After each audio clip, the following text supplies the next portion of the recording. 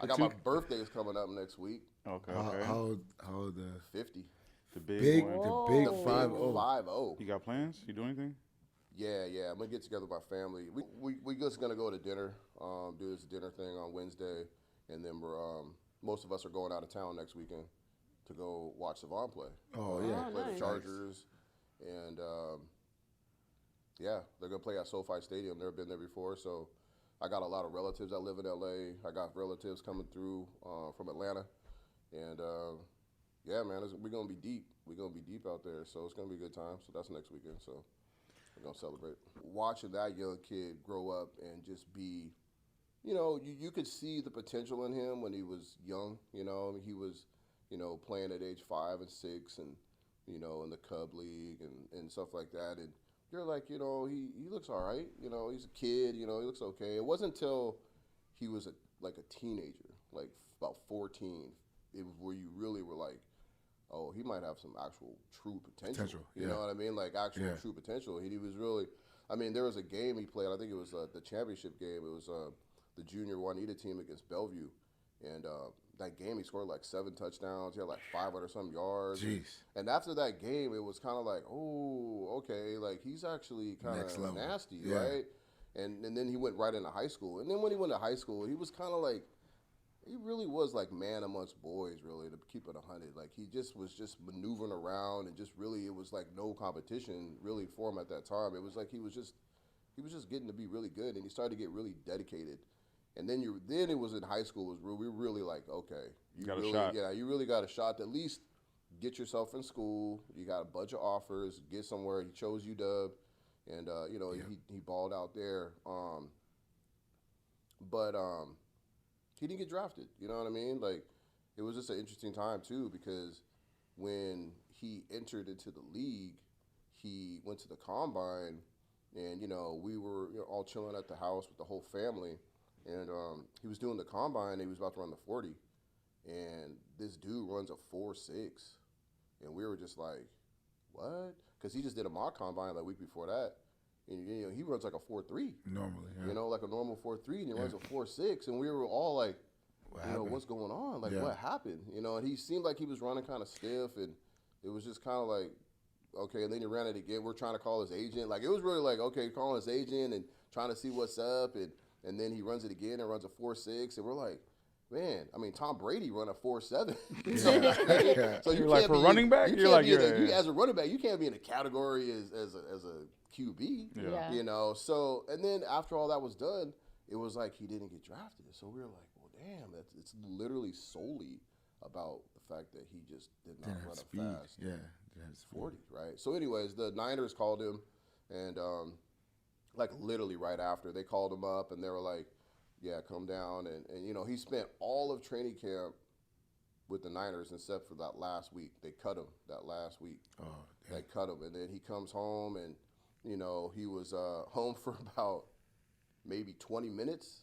And then he gets a call, and he's like, his agent was like, hey, the Colts want you. You got to get to the airport and take off. So he came home from training camp. We saw him for about 20 minutes, put his bag down. He came downstairs because his homie picked him up for the airport. He came downstairs, like, all right, I'm out. I'm going to the Colts with me, so I'm going to Indianapolis. So we were like, oh, shit, okay. And then he gets there to the airport, and then his agent's like, nah, man, Miami wants you. Come on home. Yeah, he's just taking a tour. Yeah, like, he's like, yeah, Miami though. wants you. And mind you, he played with Myles Gaskin, his best friend over at UW. He got drafted to the Dolphins, you know. And so anyway, he comes home, and then he goes back to the airport later on, and then he ends up in Miami. And then there was only a week left of training camp. What can you do? You know what I mean? So he shows up, he does his thing. They cut him, but they keep him. They keep him. And so we're just really like, look, man, just keep your head up. Just keep, your eyes on the prize. And he's such a really level-headed young man, and very dedicated and very disciplined. Yeah. He doesn't let a lot of outside distractions even mess with his head. You know what I mean? So he stayed on the grind, and they cut him. They put him on a practice squad, and then it was interesting too because I don't know how long it was, maybe a couple weeks. The Chargers called, and they were like, "Yo, we want Salvon," and they were like, "Nah, we got to keep him." So that was when they pulled him off practice squad and put him on the active roster. So now he's on the active roster.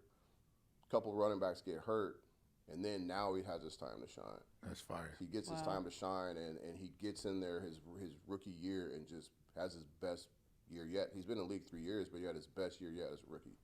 You know, he played. I think his first game was against the Chargers. Had a good game. Played the Patriots.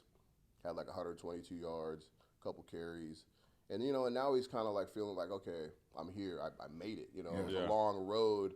You know, you go from here to here to get cut to practice squad. And what I mean, it's kind of like how things go in the NFL, but. You know, he finally got to the point of being like, okay, I'm here, I made it, and now I just gotta, take this advantage. And it's just real cool for the family to be able to see this young man go from, you know, his dream of wanting to be in the league, and it just was a long road to get there, and we're all just so proud of him. You know what I mean? And any chance we get, we go and see him, and it's a weird experience having that 411, you know. Every step of the way, though. That 411, it's like, yo, you hear this stuff in the news, and then I go to him and I say, hey, what's really going on? He's like, yeah, this is what's really going on, X, Y, Z. Like having Brian Flores as his coach for the first 2 years, and just like, what's really up? I mean, you guys had winning seasons, but you guys couldn't get past get into the playoffs, and it's just cool to have him, you know, living his dream out. And the family is real supportive of him, and it's just a really cool thing to see, you know, to see him actually there doing his thing. It's awesome. Yeah. That's real cool. That's dope. It is dope. Especially you ball too, and then you get to see your nephew. That's a legitimate nephew too. Like, you know? I mean, it just feels like, like my dad, Sorry, Dad, didn't make it.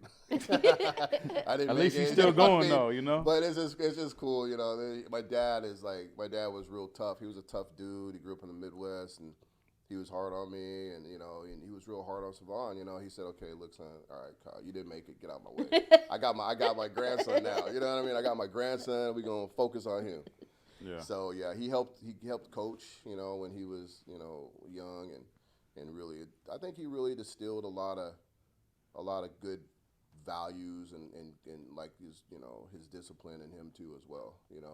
Later, but my dad was really there early, and really was like, look, boy, this is what you need to do. You need to stay focused. You need to this, that, and the third. And Salvon at a young age really took that to heart. I mean, he really listened to my dad, and then so yeah, my dad is beyond proud. You know what I mean? Beyond proud that his grandson is fulfilling his dreams, and he's out there making it, doing it.